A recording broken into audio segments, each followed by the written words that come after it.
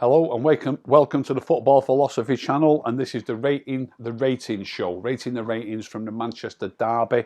The show where I always look at the ratings from one of the major outlets, just chosen at random, and I've got the ratings in front of me from Sky Sports for the United players in the Manchester derby.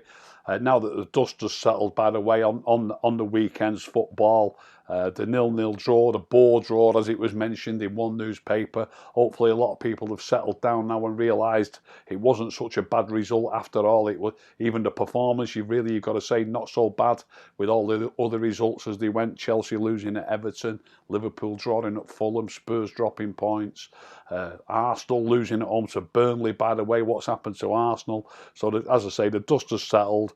United are in an equally reasonable position that they were in on Saturday morning. So I don't think, obviously they could have been higher, but if they'd have lost, they wouldn't have been in this position still. So I don't think it was a bad result. So rating the ratings for the Manchester derby, which was a 0-0 draw, you'd expect defenders to be on top. There weren't a lot of chances. But Sky Sports have gone with David De Gea. They've given him a 7. Pre-match questions after the mistake in midweek, they've said, but an excellent block with his feet prevented Mahrez from scoring before the break, but largely untroubled. I would agree with that. There wasn't a lot of big saves to make, all pretty simple stuff, but I won't disagree with the 7. There's no reason to mark him up or down on that. I'd agree with that. Victor Lindelof, they've given an 8 to. I want to mention, before I read what they've said, Harry Maguire, they've given a 7 to, because that's important when I say what I'm going to say. They've given Victor Lindelof an 8. A good near post flick on to create an early opening for Scott McTominay before going close himself with another near post header 5 minutes before the interval. Just from that little thing that they've said, you'd think he was a centre forward. They've talked about him having an header at goal and a flick on that nearly resulted in a goal. You know, he is a defender. It was all about defending. Obviously, if he'd have got a goal, it'd have been a right bonus, or if he'd have made a goal, it would have been a right bonus. That's not what he's there for, though. It's a cagey game to start with, and we played a proper defensive mindset in that game, and the defenders had to be on the metal. And to give him an 8 above Harry because he had a couple of headers towards goal, I think is not fair. I think they both played pretty similar games, so I'm not going to agree with their 8 for Victor Lindelof. Not that he played badly. I mean, I think 7's a decent mark, so I think 7 for Victor Lindelof's fine. Harry Maguire, they've given a 7 to. As I say, I'll agree with a 7 for Harry Maguire as well. A vital first half block to prevent Raheem Sterling's goal-bound effort. And they've also said that he had an header over the top from a corner by Luke Shaw. Picks up a late booking, but was generally solid in defence. I'm glad they've mentioned that he's a defender there towards the end, because they've also mentioned that he also had an header at goal. Luke Shaw, they've only given a 6 to. I'm astonished by that. Mostly kept the tricky Mahrez quiet throughout. Obviously, Mahrez had that chance, but generally I thought Luke Shaw had him in his pocket. I thought Luke Shaw had a great game. If I was going to pick one of the defenders, which I'm going to do, to say was the pick of the defenders, I'm going to say it was Luke Shaw. I thought he had an absolutely quality game. So I'm giving Luke, they've given him a 6. They've marked him below the 2 centre-backs. I'm going to mark him above the 2 centre-backs. I'm giving him an 8. Aaron Wan-Bissaka, they've only given a 5 to. I think that's unfair. He looked a little bit better on the ball for me than he normally does, as well as defending generally quite well. Obviously, a couple of dodgy moments. They've mentioned one of those. He lost Gabriel midway through the first half, and the City striker should have done better. They've said he struggled at times defensively. I didn't see that he was any. I didn't see that. I mean, they've given him a 5. I won't up him to a 7 like the 2 centre-backs, but I think I'll give him a 6. I think a 5's not fair at all. I thought Wan-Bissaka was okay. Paul Pogba, they've given a 7 to. They've said, given a starting berth after coming off the bench and scoring in Leipzig, produced an at times excellent display.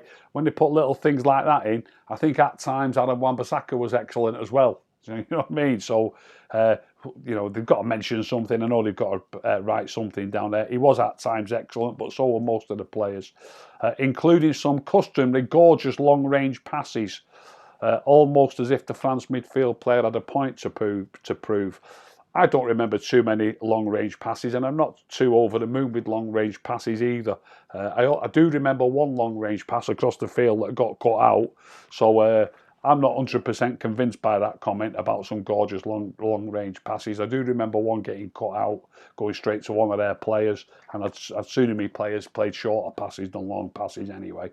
But he did play a solid game. He was given the job of playing wide left and shoring up that side of the field. Don't forget, United played a really cagey game, 4-4-2 with 2 banks of 4, mainly given the job of stopping them rather than being an attacking bank of 4. It was a defensive bank of 4, and I thought Pogba did his job quite well on the left. And I'll settle for the 7, but not for the same reasons that they've said. Fred, they've given a 7-2. Brought in to stiffen up the midfield in place of Nemanja Matic. I don't like that comment. Nemanja Matic played perfectly well in Leipzig. What happened in Leipzig was United played with a back 5 and a front 3, and only Scott McTominay and Nemanja Matic in midfield. We only had 2 men in midfield. Against City, we played with a bank of 4. We played 4-4-2.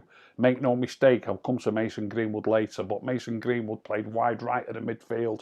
Pogba played wide left of the midfield, and Fred and McTominay played in the centre. So in Leipzig, we played with 2 midfield players. Against City, we played with 4 midfield players. So it's fairly obvious that the midfield players against City are going to make a better fist of it and actually look better. So I don't like that comment, brought in to stiffen up the midfield in place of Matic. If Fred would have played in Leipzig, he'd have struggled. And if Matic would have played against City with the other 3 midfield players around him, he wouldn't have struggled. But they have said only to almost be subbed early on after an innocuous looking challenge from De Bruyne, made a miraculous recovery and put in an accomplished display. He did play perfectly fine. He did his job well at the weekend, Fred. So they've given him a 7. I'll agree with that 7. But I don't think they should be saying that another player was poor in a previous game where he didn't have the support that Fred had. Bruno Fernandes, they've given a 6-2. Clearly disappointed when his first half free kick deflected behind for a corner. And relatively speaking, this was one of the Portuguese internationals' quieter showings of the campaign. I wouldn't disagree with that. You know, some of the, like I say, I know they've got to write something, but mentioning the fact that he took a free kick that got deflected behind for the corner, I don't really see the point in that. And you know, to say he looked disappointed, you know, I really don't get it. I assume they've looked at that on the TV. You're not going to see that if you're at the game. If you look at it on the TV, you'll see he's disappointed. Of course you will, but I don't see the point in mentioning it. But I do agree, he was pretty quiet, Bruno Fernandes. They've given him a 6. I'll settle with that as a 6. Scott McTominay, they've given an 8-2. I'm glad they've spotted that McTominay played so well, because I thought he had a cracking game. Inches away from giving. It's always about nearly scoring. It's not about. The United played a defensive game. The players were given these jobs to do, and every person that they speak about, it's about how close they came to getting a goal. You know, they mentioned Fernandes hitting a free kick. They've even mentioned 2 of the centre backs having goals at goal. It's not about that. It really isn't. Obviously, if them things happen, it's a bonus. But it isn't about that. Scott McTominay, they've said, inches away from giving United an early lead at the far post and grew into the game as it wore on, especially in the second half when the blonde-haired Scott was perhaps his team's best player. That's what they've said. I wouldn't disagree with most of that. I thought he possibly was the best player for United on Saturday. They've given him an 8. But when you read the little things that they write, you've got to really assume that they're saying that to back up the points that they've given or the mark that they've given. But to mention that he was inches away from a flick on at the back post and put that down as a reason why you might be giving him 8, that wouldn't tally up to me. I'd give him an 8 because he was solid in the midfield. He won all his headers. He made interceptions. His passing was good. He drove forward. Lots and lots of different reasons why he was worth an 8. And the fact that he nearly got onto a flicked header at the back post, I wouldn't even mention it. Wouldn't even mention it myself. But there you go. I will agree with the 8 out of 10 for Scott McTominay. Marcus Rashford, they've given a 5-2. I'm going to use VAR here at the end on this one. First half touches, no first half touches in the City box, they've said. First of all, that's because of the team, not completely because of Marcus Rashford. The way we played and the way we sat back, we didn't get the ball into City's box very often for him to be able to get a touch in the box. But fair enough. No first half touch in the City box, coupled with the fewest touches of any player before the break. There's nearly always a striker. You know, we played at weekend with Mason Greenwood wide right. Bruno was a support striker behind Marcus and sometimes right up next to Marcus. Your strikers are always the players who get the fewest touches of the ball. They're playing against two defenders or three defenders if there's two of them, and your midfield players and your defenders, they pass the ball amongst each other under no pressure. Your strikers are always the players who have the fewest touches. So again, there's something that they mention in which, to me, all right, it'd be nice if you could get more touches, but for him to actually have the fewest touches, it's obvious. If you'd have asked me to guess who had the fewest touches for United in the game, I'd probably guess Marcus Rashford. He was really a lone striker, supported at times by Bruno. It says it summed up an anonymous first half display. Chopped down by Walker to earn a penalty, which was then knocked back by VAR. That's not the VAR mention that I'm going to say. I'm going to use it myself, VAR, in a minute. It was overruled by VAR because he was offside. I've rewatched the game. Anybody who's watched this show before, I watched the game at least twice before I do this, and he was offside there. And I noticed a long ball from Bruno as well, where Marcus was looking along the line and already running towards the goal, and he was offside again. On this occasion, if anybody remembers it, I'm talking about the diagonal pass. That it wasn't a good pass by Bruno anyway. It was a diagonal pass. It went sort of to the edge of the D from the halfway line. And John Stones tried to cut it out, and John Stones made a bit of a hash of it, but he got away with it and managed to bring it out. But when that ball was knocked by Bruno, I've studied it, had it been a good pass, had it gone over John Stones, Marcus was offside again. So he's really got to time those runs better. It's not difficult. It really isn't difficult. You look along the line, obviously you're keen, you want to get forward, but there's absolutely no point, especially with VAR these days. There's, maybe years ago, you might have got away with the odd one. The liner might not be up to speed or whatever, but you can't get away with it these days. You've got to be looking across that line. You've got to concentrate on that just as much as concentrating on the ball. There's no point running offside hoping to get onto the end of a pass. But they've given Marcus a 5. This is where I'm going to bring VAR in.